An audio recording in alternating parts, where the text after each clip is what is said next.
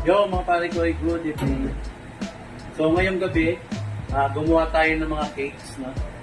Then, gagawa tayo ngayon ng Swiss meringue.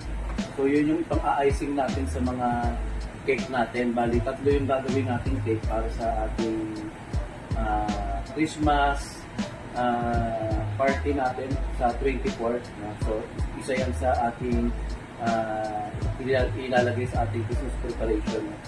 So, katatapos ko lang gumawa ng sinalang ko na yung leche plan natin. So, ngayon naman, itong ating yung Swiss meringue icing. So, ituturo ko sa inyo kung paano gawin, no? Yung style dito sa barko. No? So, meron tayo ditong 32 pieces na itlog. Bali, ang kailangan lang natin is yung white. No? So, pag-iwalay natin siya, pag-iwalay natin. So, white yung kailangan natin. 32 pieces.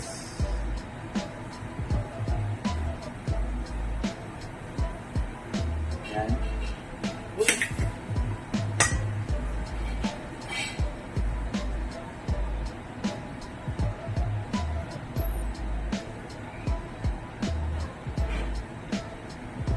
Yan.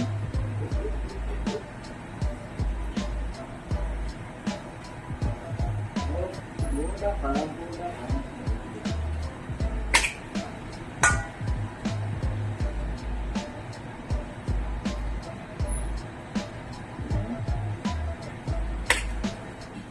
Yung mga pantoy, so ito na yung ating 32 pieces na egg whites. Then meron tayo dito 8 cups ng asukal. Then ito, kailangan din natin ng 2 tablespoon na lemon.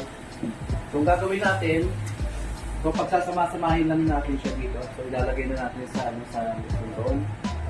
Malaki. Para sa i-mixer natin. Then, ito, lalagay na rin natin itong ating asukal. Then, yung ating lemon. So, 1, 2. So, ganun lang. Then, isasalang na natin siya sa apoy, no? So, ito, nagpakulo ako ng tubig, no? Ido-double boiler natin siya. So, ito isasalang natin. And, haluin lang natin, mga pare-koy.